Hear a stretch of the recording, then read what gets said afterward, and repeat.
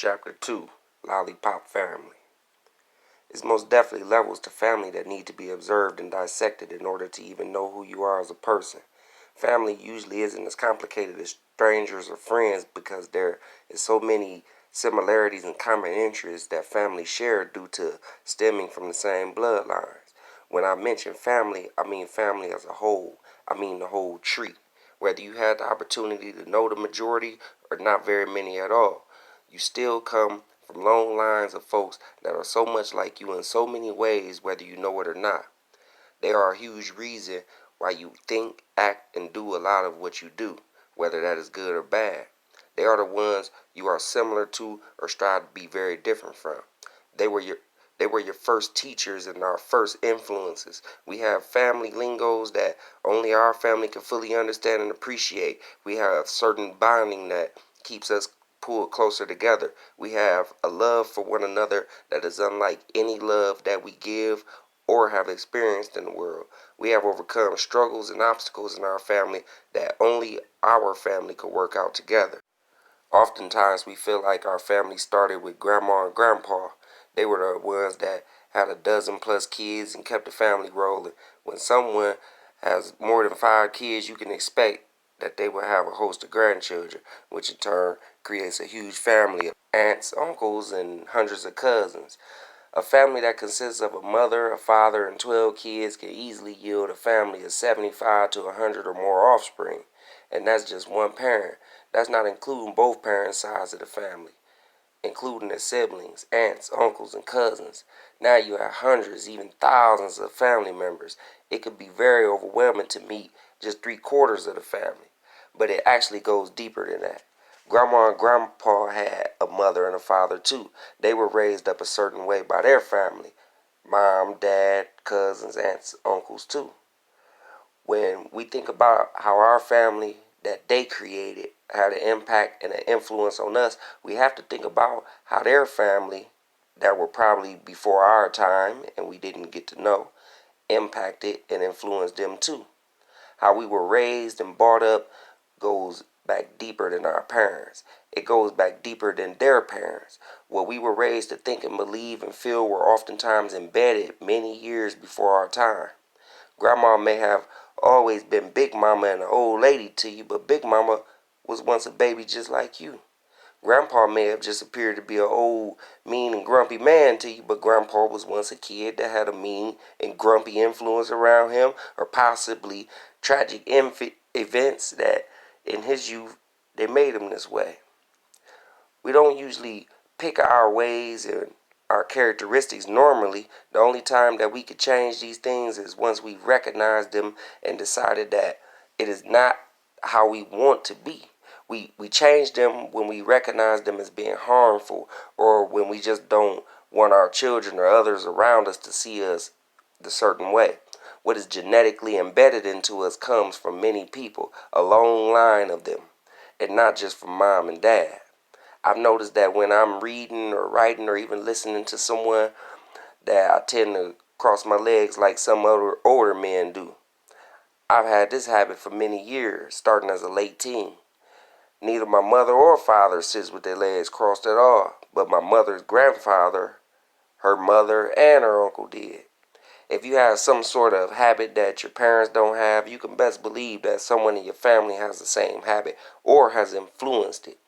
We've been paying attention to them too often and too long, and someone did something that has rubbed off on you in some kind of way. So who do you blame when you notice something about yourself or the family as a whole? You really can't blame anyone. You can't judge anyone. We all take something from the family in some way, whether it's how you talk, certain habits, certain life patterns, or your overall style. There is no one to place the blame on. It was embedded in all. One may not agree with the habits that the majority of the family share, but may very much so carry the style and the lingo. Another may hate the style and the lingo, but they share similar habits. One can't really judge the next. It's all family and family values. The one thing that differentiates family members is the ways that the offspring raise their immediate families. But oftentimes, once you meet a family member and they tell you that they are your family, you can tell how, and it makes it easier to welcome them. All family isn't good family, though, no matter who they are. They could be any of the roles and be disturbing to your well-being. We all have those members of the family where it is just impossible to be around them too long. Some members, you just have to keep your distance from them because it's only good for you, especially if you are one who has found yourself caught up in the bad habits of a known family pattern. These could include anything from drug and alcohol abuse, stealing and robbing, violence, drama, all the way down to ignorant thinking and lying. Some families have one or more, and even all of these bad traits. Some just have a certain family or families within the family that are the ringleaders of the chaos. Either way, you have to keep your distance from them. Understanding what I understand about how life tends to repeat itself through our offspring and how habits and patterns seem to trickle down and around. If I had a family member expose me to something harmful and or negative as a youngster, I try to shield my children from being acquainted too much with that person and their children. I don't go to the extent of banning them from interacting with their family, but I do monitor the relationship closely to be sure that nothing secretly gets past me in order to protect mine from being harmed the same way. If you recall correctly, a cousin could have slipped you alcoholic drinks while right at the same time your parents weren't paying attention and you never told your parents anything. They had no idea this was happening to you. Next thing you know, it starts happening regularly. After that, it became a habit, then an addiction. These things always start while a person is so young that a parent has no idea that their child would even know or even have any curiosity about any of these. It's not even just alcohol that kids get exposed to and need to be shielded from. People in the family are the first ones to spark their curiosity for drugs, lying, certain criminal activities, and even opening up their sexuality. We have to shield our kids from this as well as ourselves. Usually for us, the damage has been done, but it's not too late to guard our kids away from it. All family is not good blood. Some will harm your child if you make it possible for them to do so. It will tend to be someone that tried to hurt you or others in the family. And when I say hurt, I don't mean physically and sexually only. Naturally, we won't have anything to do with these people, but I mean the ones that help you get drug and alcohol addicted, persuaded you to become sexually active, opened your eyes to a life of crime, assisted you in causing trouble, and more that we overlook as being harmful. These things were very much so harmful considering the fact that well into adulthood we repeatedly got into trouble at home, at work, and with the law. As teens, we lost respect for and from our parents, fell off at school, and didn't give our brains the chance to fully develop correctly. We can't blame everything on someone else for our actions, but we could definitely acknowledge that without their influence, we wouldn't have prematurely had any curiosity for the mentioned actions or any other difficulties that may have been faced. The family tree can't even be the full blame for all of this either. You have to take into consideration that your cousin may have introduced you to something that his mother's boyfriend or his father's girlfriend introduced him to. This is where things get shifty when a person's influence comes from their immediate home. They may have suffered outside abuse that he or she is bringing into the family simply because of who a parent is involved with. Whatever the reason or whatever their damage stems from, if you can't help them, you need to keep your distance. They don't mean you any good. Sometimes the influence is so overwhelming that you just need to move away out of town from family just to keep your own sanity or protect your kids. There is nothing wrong with this either. We don't forget where we came from, although some may act like they did, but we need a chance to do things and see things our way without distractions. We can't make the necessary changes with family members constantly being able to knock on our doors with their negativity, their foolishness, or their drama. The bad part about it is that they expect you to ride for them and their viewpoints just because you are family. Even worse is that you probably will just because you are family. Before you know it, you will probably have wasted years of time and energy on someone else who will not have any intention on evolving you or making your life better. Unintentionally, in most cases, they break you down and weaken you to the point where you don't see things any other way than the family way. Now you just become another lollipop in the family. You don't stand out at all. You do things the same as everybody else and live the same as everybody else. An immediate family household could suffer badly from having an uninvolved parent. This lifestyle presents some of the toughest circumstances that a child has to endure.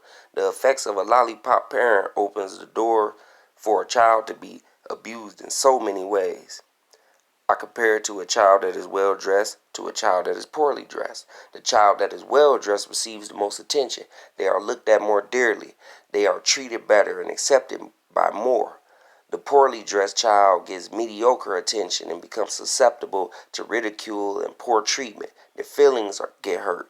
They appear estranged, which is why I always encourage parents to never take their children around family, friends, or out in public poorly dressed and groomed.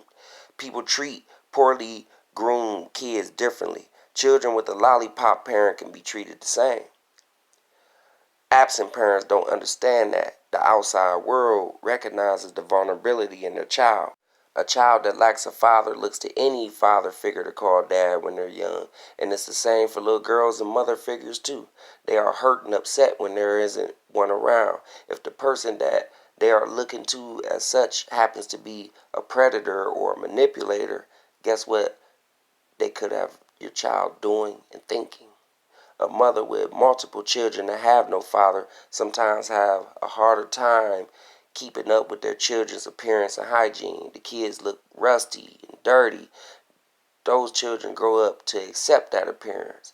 A person outside looking in can easily treat them like trashy kids. One person is being guided by one mind when ultimately it takes a village to raise these children. It's much too difficult to understand who you are fully when you have experienced life with an uninvolved parent.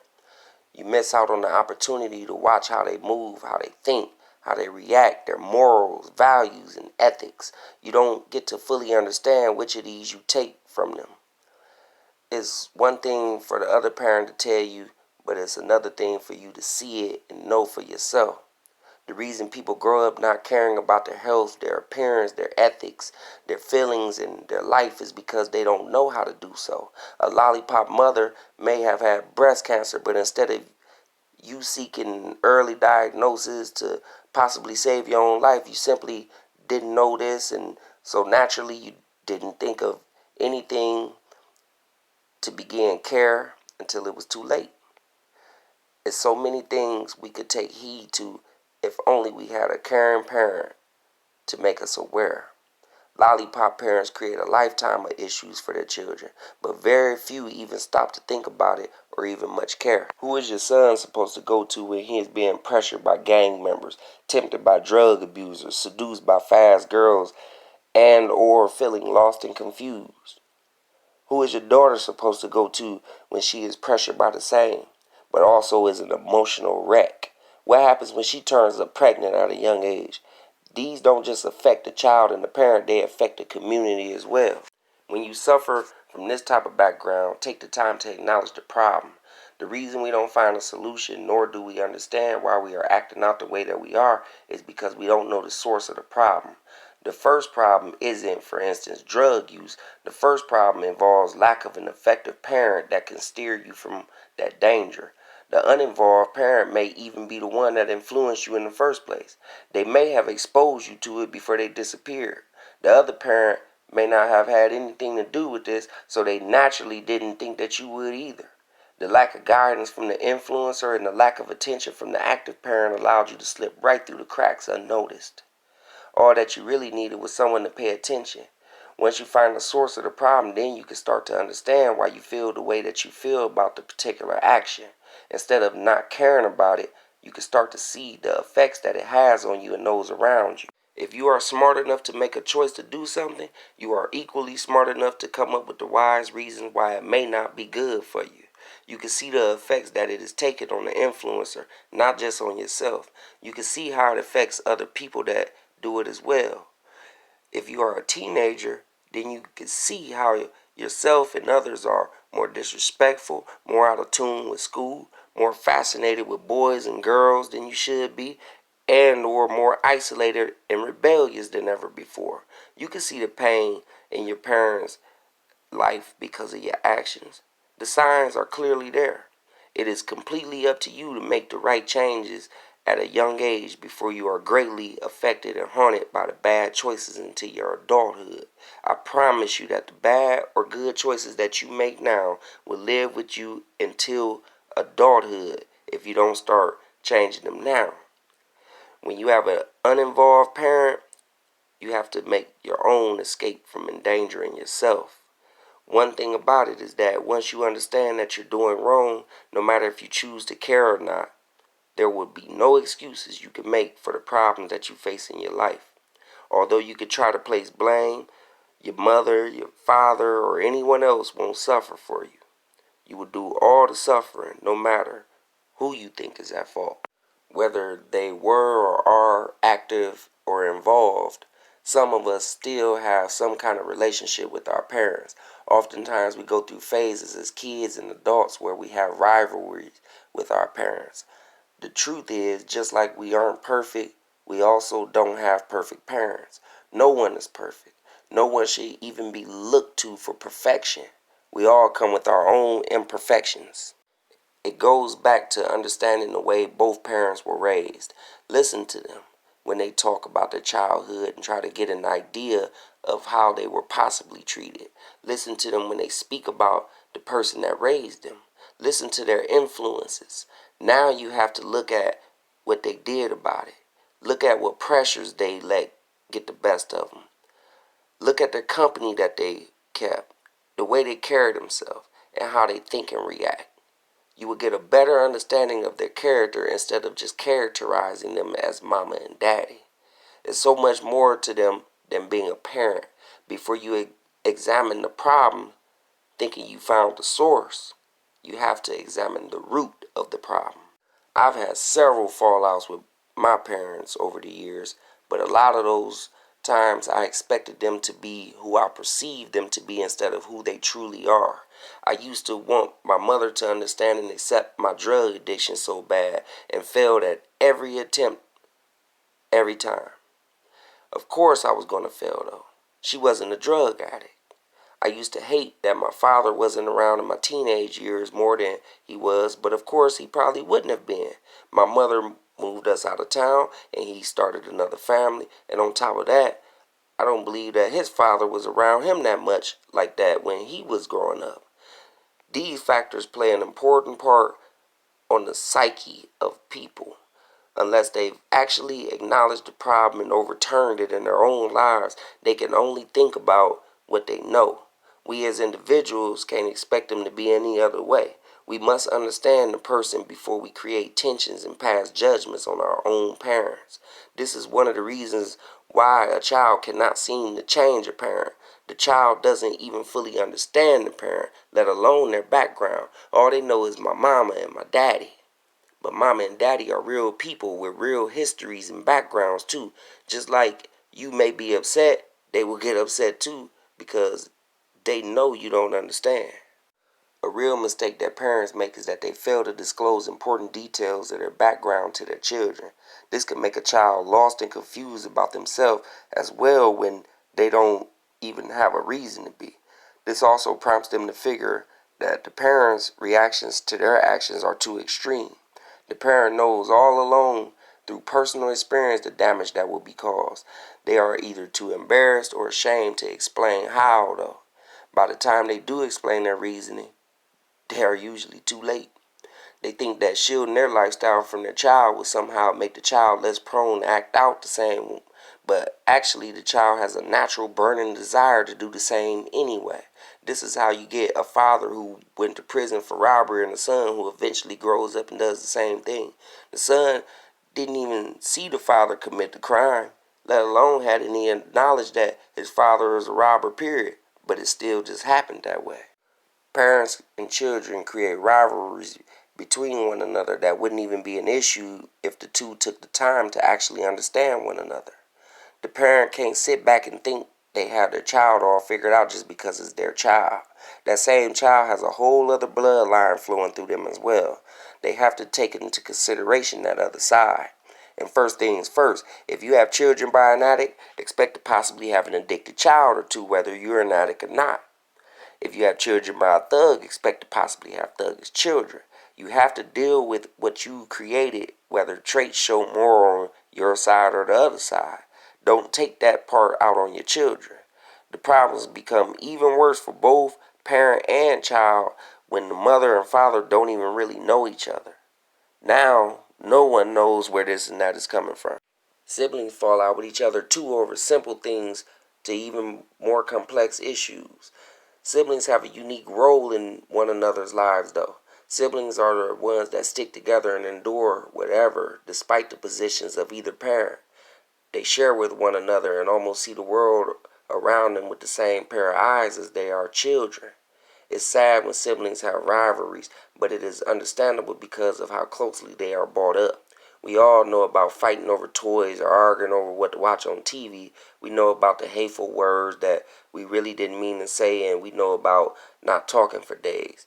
But sometimes, as we get older, siblings draw further and further apart from each other. It is unusual for the ones that came up close, but not so unusual for half brothers and sisters and step family. For the ones that do have a close relationship, jealousy and envy plays a big part in the disruption of their relationship. Although the siblings may share the same mother and father, they still grow up to do different things with their lives. Some may be professionals, some ordinary, and some nothing much at all. What they don't do is take their eyes off of the other and what they have going on. They closely monitor the other's careers, their relationships, and their choices that they make in life. Neither will believe how much the other is really observing them because it rarely shows. It does come out when the arguments get heated, though, and neither could possibly be ready for the amount of hurtful words the other has for them. They've watched and built up so much resentment for the choices that the other has made that they have finally found that one opportunity to burst. No one can hurt a person worse than the family can. Family can cut you deep because they know too much. Once they are done cutting you, it can make you realize you need to share less of your personal life and thoughts with them. And sometimes that's exactly what you need to do. No matter the age, the one who has the most going for themselves feels superior to the rest. They feel the need to give their opinion on others' lives. They don't smell their own stench in the air. They fail to see that they've left their life wide open for observation. And the more a person sits up and talks down on another's life, the more the others will dig for imperfections that they will find in that person's life. It's not hard either, since at all times everyone is going through something. The difference is the lifestyles, so the issues are different, but issues are issues no matter what kind. They still must be overcome, and most require help from someone else. Too bad some siblings speak so down on one another that they feel ashamed to even ask for help from the next. I have always been the black sheep amongst my immediate family. I was the drug addict, the alcoholic, the criminal, the thrill seeker, the problem child, and the rebellious one. I took the risks and faced the consequences still to this day. I couldn't help but to look at it this way, though. I was the one that took their burdens and carried the dead weight on my back, and in turn, I was able to save the lives of my siblings. I took the debt from them and put it on myself. I really challenged their curiosities. I am the oldest and the coldest. I am the boldest. Every one of my siblings could look at my choices and say to themselves, nope, I don't want to live like that and have to deal with those consequences. They could see how I upset my mother and say to themselves, I don't want those problems. They could see the destruction that they would cause themselves if they even thought twice to follow in my steps. You can't tell me that I didn't save their lives. Out of four, I'm the only one that had the addictions, the extensive criminal record, the distrust, the patterns, and evil intentions. They have their own issues, but it's not these issues. And I'm thankful for my part in that if anything positive was to come out of my lifestyle. I have to face ridicule and lack of respect at times because of this, but it is only because they don't understand my position in life. God has given us all a position, and without going through and doing the things that I have done, I would have never been able to save not only them, but other folks as well. As I say, God gives his largest battles to his strongest soldiers, and I have shifted minds all through the jails, the prison, the clubs, the gangs, and the streets. I am a go-to person in my own family. People flock to the ones that know what they're talking about, and because they've been there and done that. So I will never be the one that hates my past, my present, or myself. I am glad I am who I am. Family is a beautiful thing, but you have to be careful and spot out the snakes. Everyone isn't happy to see you doing good, and they all aren't interested in what you have going for yourself. It's something about someone who has watched you come up from the ground that makes them envious. They may have watched you make some irresponsible choices in life that they have held you to ever since. They may have even seen you struggle in the past and have expected your past to become your future. Some members of the family are stuck on believing that no one could or should be doing better than they are. Whatever the reason, you must watch out for those that prey on your downfall in any kind of way. One thing that you can't do is eat steaks with snakes. You can't speak out too much around them. You can't do any wrong around them. You can spot out the snakes by figuring out who are the ones that pretend to be happy for you, but in reality, they are smiling at your misfortunes. These are the ones that acknowledge your accomplishments to your face, but they talk behind your back.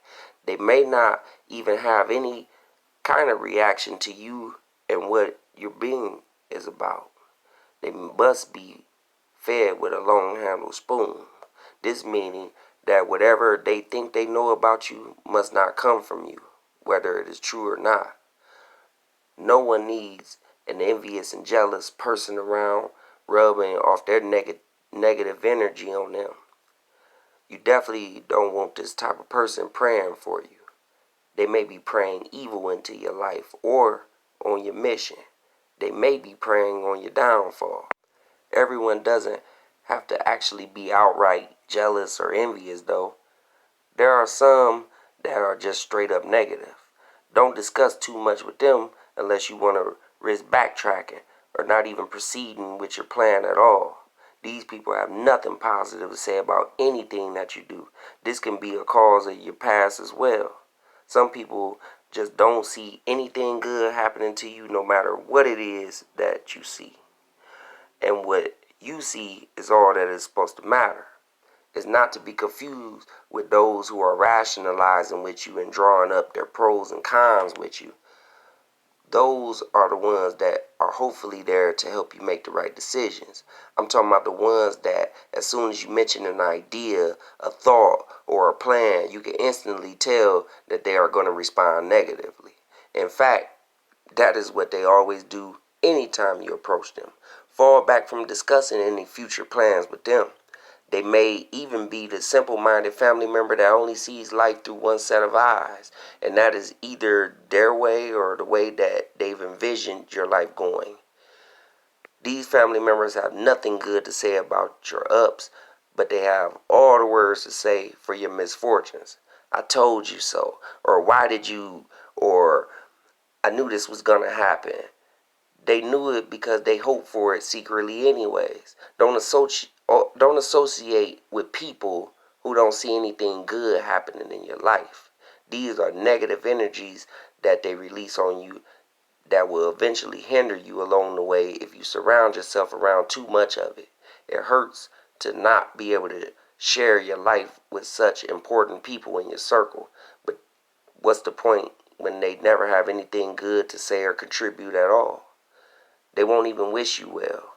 You're better off leaving them out and letting them watch your progress. You just have to face the fact that certain ones don't see you doing better, don't want you doing better, and or don't want to watch you doing better. Either way it goes, you are still a part of the family and you are a representation of that family. You may carry the same last name as them and you have the same blood running through you as them. It is your responsibility as a member to be the best that you can be. A lot of people don't acknowledge that factor when they think about themselves and their family. Some people just expect everybody to be so basic. They have their role and their label and they stick to it. They don't aspire to do anything to help boost the family name or image. It's a shame because there are so many smart and talented individuals in a family that a number of them could really come together and boost the value of the family up. And that is considering the fact that there are some families that really have a tainted name. There are families that are well known for being a family of drunks, for being drug addicts, and for being bums. All that is needed is for some strong family members within to overthrow a lot of the old values and ways and create more enlightened members that think and act differently. A problem is when you get the family members that become about something and never do anything to rub off on others in the family. You most definitely can't save them all, but you can start somewhere. Lots of the time, families don't have any other direction except the one that they all know best. Instead of one group of immediate family members learning to start a business and becoming successful, why not help the other members that are capable of the same start one? Why not even help them fund it?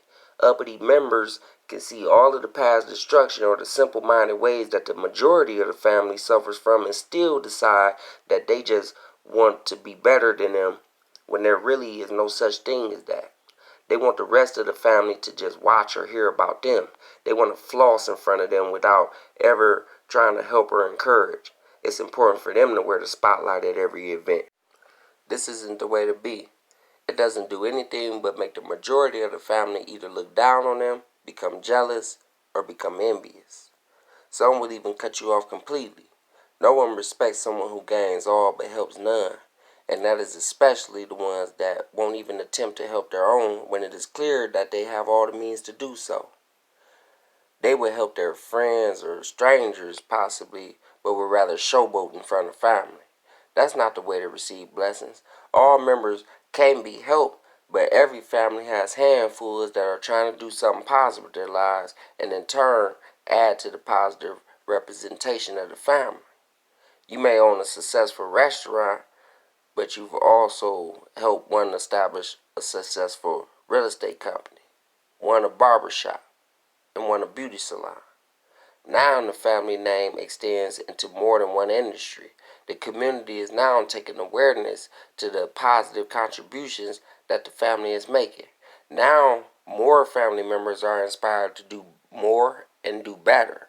It's a win-win situation, especially if you are the helper or investor and you own shares in each business. No matter what kind of members that you have in your family, make sure that you focus on your positive contributions and your positive influence. It couldn't do anything but make the family better overall. You must know that there are children and young adults whose eyes you barely see, but they are focused on you. The more that you do, the more that they will want to do. Your name and your business will come up so much throughout family conversations that you wouldn't believe your impact. Forget what the negative ones have to say or not say. Your only focus is on the positive. If you are positive and the youngster looking up to you, wanting to be like you is positive, it couldn't do anything but be a positive thing. Negativity is real and it is aggressive. So if you indulge in negativity as a positive person, you get negative results. In this case, the only reason two negatives can make a positive is because that positive was encouraged by and not hindered by the negativity around them. The positive embraced the hater and used them to make themselves better. This is how you represent. No matter what, they have to see you. They have to watch you. Your family. Just like they paid attention to everything wrong with you before, they now have to respect how you are representing the family. You are on a whole larger scale compared to the ones that still do the same things that the family is known for doing. The only way you play yourself in your family is by not doing what you're supposed to be doing. Family is still worthy of being loved and appreciated. This book is just about how to remain positive and keep going forward with whom you truly are and what you truly want to do despite the suckers that surround you, either blatantly or indirectly. It doesn't matter who they are or what their role is. I have experienced suckerways in every role, every category, every place, and on every level. It doesn't even surprise me when I encounter another one along the way. I can spot them from a mile away. They may be good to others, but they mean no good to me. They may encourage others, but they seem like they want to see me fail. I still hold on to family closer than any other suckers that I may have dealings with. I've been known in my earlier years to completely cut a family member or anybody off for disrespect and even petty arguments or disagreements. I've been through it so much that I have a zero tolerance for it. I see it when it is brewing and I steer clear away from it. I see no reason to be involved with anyone who see only the worst in me or expects me to fail or who has hidden envy for me. I let them watch me from a distance. That will never stop me from having love for them though. I don't do or say things after the smoke clears to disrespect them or shame them. I simply don't mention them at all. Once the time comes that we can reconcile our differences, I am the first to bury the hatchet. We can talk about it or not. All that matters to me is that we are able to pick back up the right way. What I realize about someone who has done me wrong is that they know what they've done wrong. A lot of things don't even need to be explained.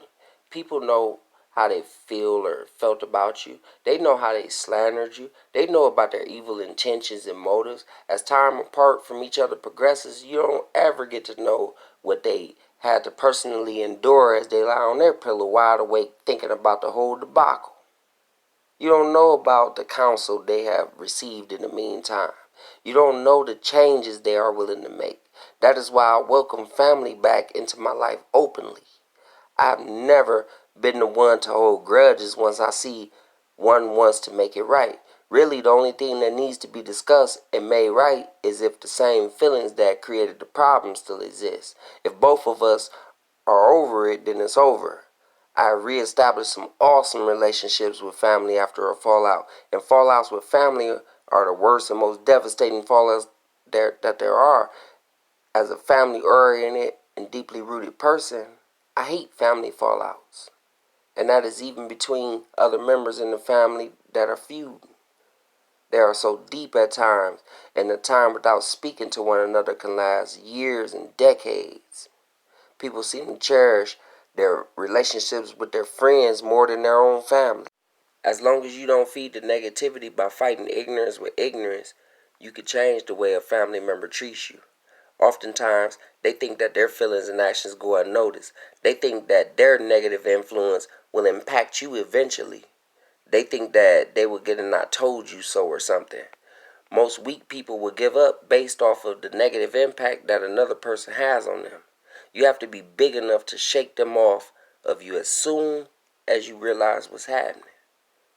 But you still should love them and show them love.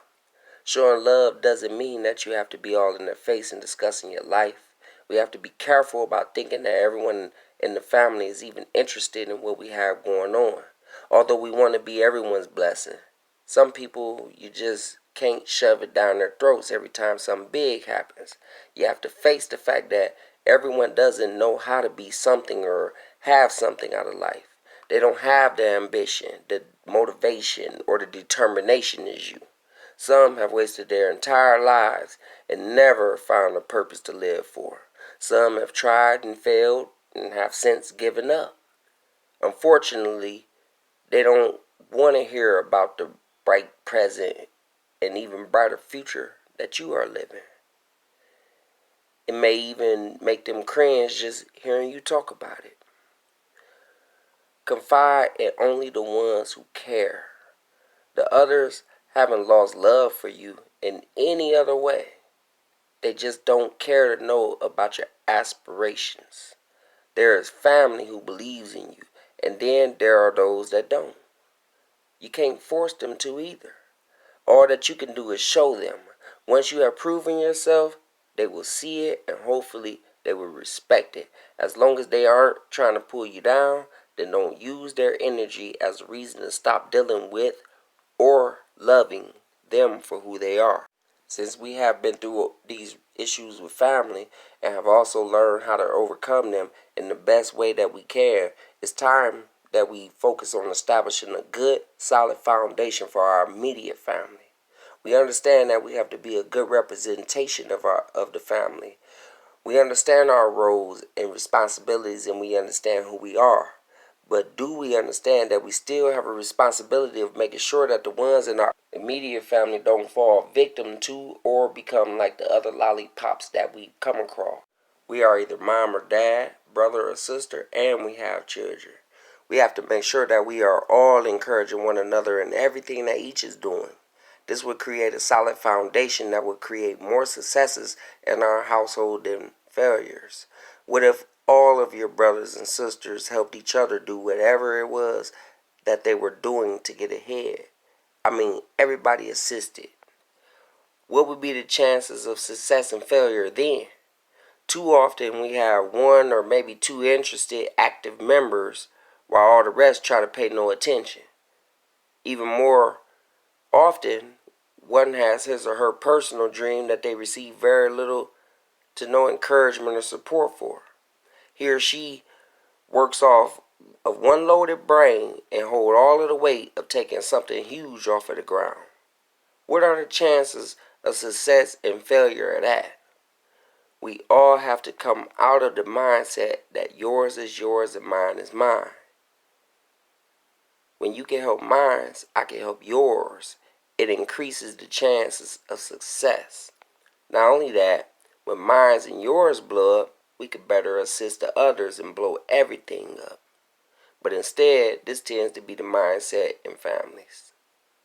I'll see how far he or she goes before I tend to get involved. Or he or she isn't making any money off of it, so I'm not going to help. Or simply, I don't know how I can help. The reason they don't know how to help is because, for one, they've never inquired nor shown any interest about helping or how they could help. They also never intended on helping in the first place.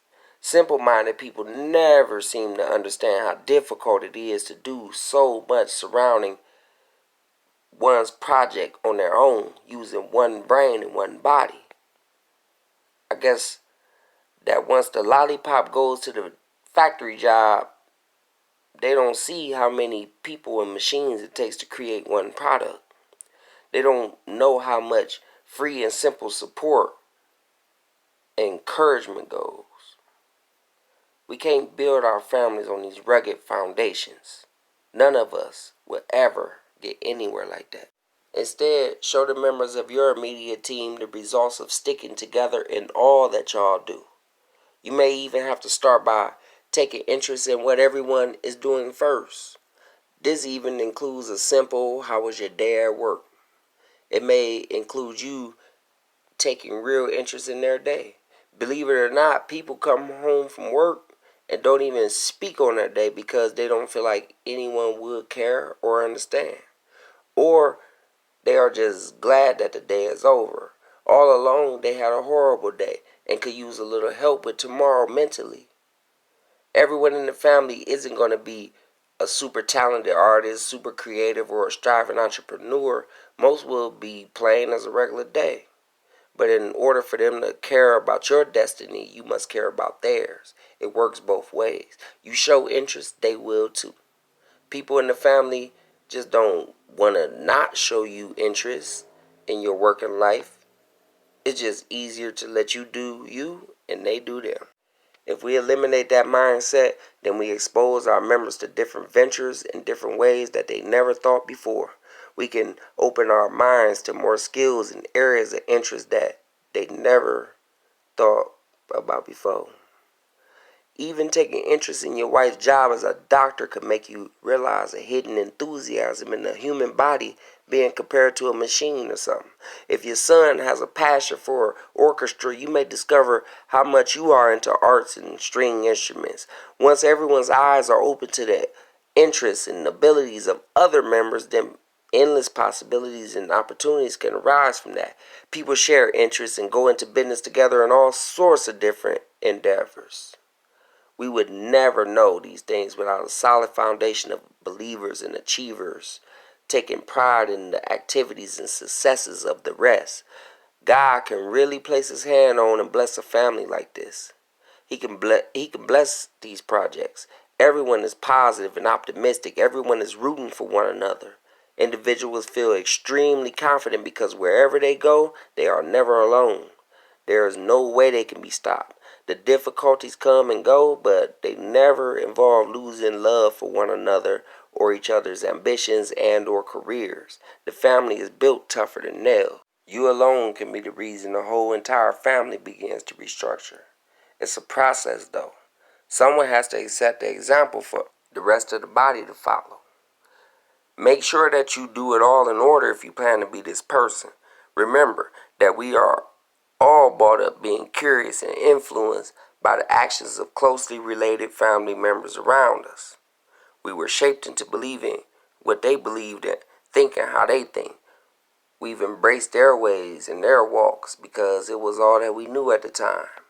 This was inevitable because for the first 5 to 6 years of our lives, these were our first and only teachers.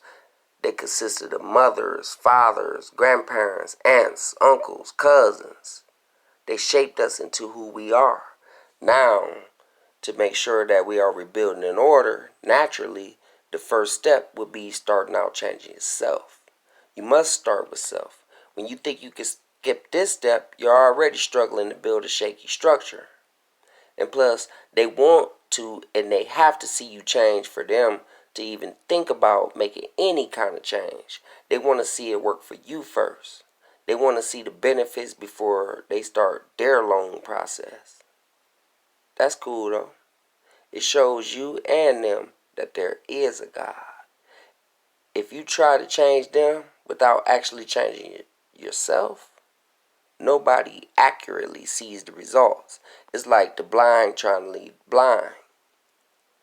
You are trying to show them the right turns while you are constantly running into brick walls. When you bring others on board, try to eliminate as many roadblocks and walls for them as you can. This means you have to rid yourself of them as well. Get rid of as many of them as possible. Once you stabilize yourself, you can easily show others how to be much better in what they do. Ultimately, when it comes to family, you will mostly be stimulating the minds. In the immediate family, I've always encouraged others to mold their young the right way that they need to think correctly at the tender age before 18 or 21. Don't just let them play, talk on the phone, go to school, hang out with friends, lie in front of the TV playing video games, or just sit around bored and looking for something mischievous to do. Get them crash courses often throughout their youth about their importance, home ownership, saving and investing money, work-related skills and issues, the lollipop world out there, the lollipop people out there, and many more different aspects to life that weren't drilled into your head until you had to experience it for yourself. Of course, the only way that you will be able to introduce them to this is if you have learned these things that you are advising about. But we pretty much all know that it was hard struggling to pay the rent, keep food on the table, and keep a few dollars in our pockets in our 20s. So educating ourselves on these lifelong valuable lessons first would greatly benefit us and benefit our young even more.